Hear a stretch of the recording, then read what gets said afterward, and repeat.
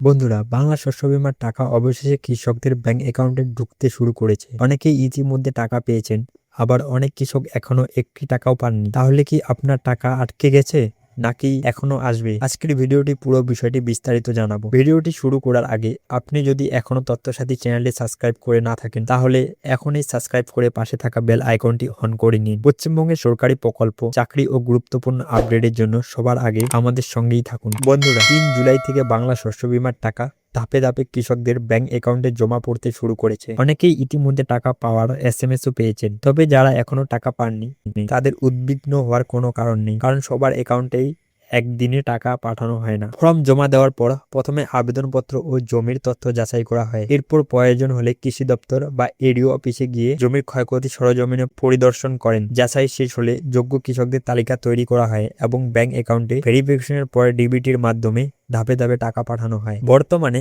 অনেক কৃষক টাকা পেয়েছেন, আবার অনেকেই এখনো অপেক্ষায় রয়েছেন। তাই যাদের অ্যাকাউন্টে এখনো টাকা আসেনি তার নিয়মিত ব্যাংক অ্যাকাউন্টে বা এসএমএস চেক করুন। বিভিন্ন পর্যায়ে টাকা পাঠানো হচ্ছে, তাই সম্ভাবনা রয়েছে যে প্রায় 15 জুলাই পর্যন্ত অনেকের অ্যাকাউন্টে টাকা জমা হতে পারে। তবে এটি সম্ভাব্য সময়সীমা ও সরকারি নির্দিষ্ট ঘোষণা নয়। আপনার অ্যাকাউন্টে বাংলা শস্য বীমার টাকা এসেছে কিনা কমেন্টে অবশ্যই লিখে জানান। ভিডিওটি ভালো লাগলে একটি লাইক দিন, শেয়ার করুন এবং তথ্যসাথী চ্যানেলটি সাবস্ক্রাইব করতে ভুলবেন না। ধন্যবাদ।